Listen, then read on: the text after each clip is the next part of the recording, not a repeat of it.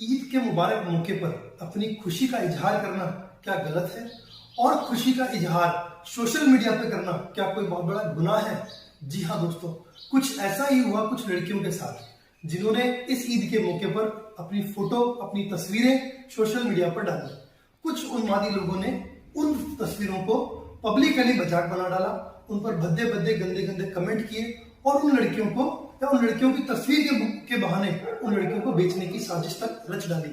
जी हाँ दोस्तों, कुछ लोगों ने उन तस्वीरों को साझा किया ट्विटर पे, इंस्टाग्राम पर और उनकी बोली लगाई कि ये फोटो, ये लड़की $1 में, $10 में, $100 में, कितने रुपए में अवेलेबल। ऐसा किया जाना कितना सही है या कितना गलत? क्या ये गुनाह की श्रेणी में है? और क्या ऐसा करने वालों को सजा मिलनी चाहिए? और ऐसा होने से उन लड़कियों की मानसिक स्थिति क्या हो सकती है? दोस्तों, जानने के लिए देखते हैं ये वीडियो। एक्सपर्ट एडवाइस देने के लिए हमारे साथ जुड़े हैं मनश हॉस्पिटल से डॉक्टर अखिल अग्रवाल सर, जो कि एक मेंटल हेल्थ प्रोफेशनल है। Sir please.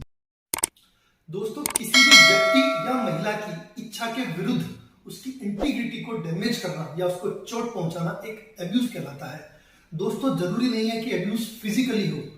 इमोशनल या साइकोलॉजिकल अब्यूज जो होता है वो फिजिकल अब्यूज से बहुत ज्यादा भी हो सकता है या उसके बराबर तो होता ही है, जैसा कि इस केस में हुआ। जी हाँ दोस्तों, जिस तरह का साइकोलॉजिकल ट्रॉमा इन लड़कियों को फील करना पड़ रहा होगा या उनको ऐसा महसूस हुआ होगा, उसको हम एक्सप्लेन नहीं कर सकते, लेकिन उसको समझने की कोशिश करते हैं।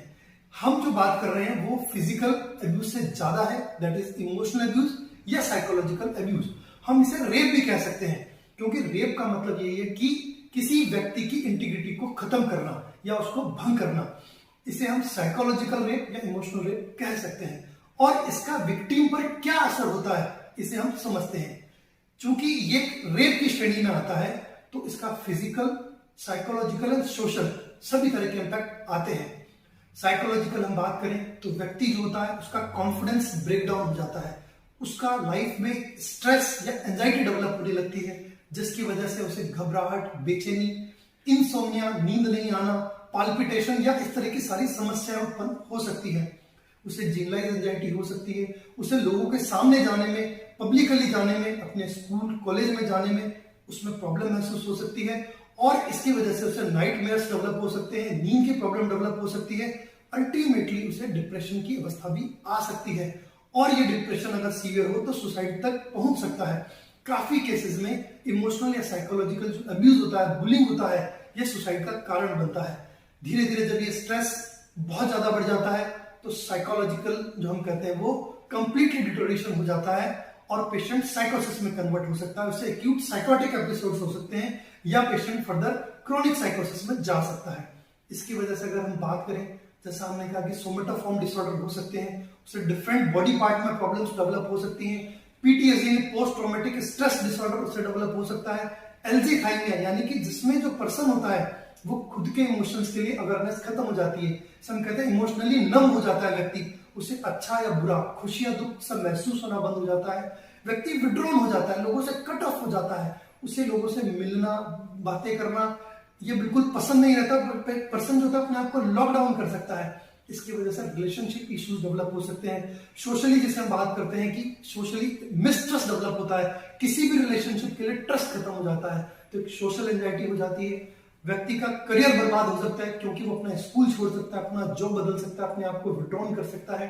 बिकॉज ऑफ मिसट्रस्ट उसे रिलेशनशिप इश्यूज होते हैं, उसकी मैरिज स्पॉइल हो सकती है, उसका रिलेशनशिप ब्रेकअप हो सकता है। जो पर्सन है उसका कंप्लीटली नर्वस ब्रेकडाउन हो सकता है। हम कह सकते हैं कि ओवरऑल पर्सन की जो लाइफ है वो कंप्लीटली डिटोरिएट हो सकती है। इसकी वजह से फर्दर फिजिकल प्रॉब्लम्स, क्योंकि ईटिंग डिसऑर्डर्स डेवलप होते हैं, भूख नहीं भी लग सकती, भूख ज्यादा भी लग सकती है। जो पर्सन है उसे वीकनेस, एनीमिया, मल्टीपल जो फीमेल्स होती है मेंस्ट्रुअल इरेगुलरिटीज, हाइपोथायराइडिज्म आदि प्रॉब्लम्स डेवलप हो सकती हैं। दोस्तों, एक छोटा सा मजाक किसी व्यक्ति की पूरी जिंदगी बर्बाद कर सकता है और इसे हम साइकोलॉजिकल रेप ही कहते हैं। ऐसी क्या मनोवृत्ति है, क्यों ऐसा होता है और क्या ऐसा करने वाले लोग पोटेंशियल क्रिमिनल हो सकते हैं? जी हाँ दोस्तों, ऐसा करने वाले लोग पोटेंशियल क्रिमिनल हैं, क्योंकि जो आज साइकोलॉजिकल रेप कर रहे हैं वो कल फिजिकल रेप भी कर सकते हैं और ऐसे ही लोग दूसरे लोगों की लाइफ बर्बाद करते हैं। ये लोग सैडिस्टिक हो सकते हैं, जब इनकी मैरिज होती है तो ये डोमेस्टिक वायलेंस बहुत ज्यादा करते हैं, क्योंकि इन्हें एक मैनहुड या इन्हें कहते हैं नार्सिसिस्टिक पर्सनालिटी होती है इनके अंदर। तो इनकी वजह से जो आगे लाइफ होती है वो काफी हैल हो जाती है, फीमेल्स के लिए जीना लगभग दुर्भर हो जाता है। दोस्तों इस केस में हमें इसे रेप काउंट करना चाहिए, इसके अंदर रेप की जो धाराएं होती है उसके अंतर्गत केस दर्ज होना चाहिए, ऐसे लोगों पर सख्त कार्रवाई होनी चाहिए। अगला इंपॉर्टेंट सवाल है कि ऐसा क्यों हो रहा है? कहीं ना कहीं ये कल्चर मिसबिलीफ है, कुछ उन्मादी लोग द्वारा, कुछ कट्टरपंथी लोगों के द्वारा फेसबुक पर, मीडिया पर अपनी जो तस्वीर है उसे डालना अपराध समझा जाता है।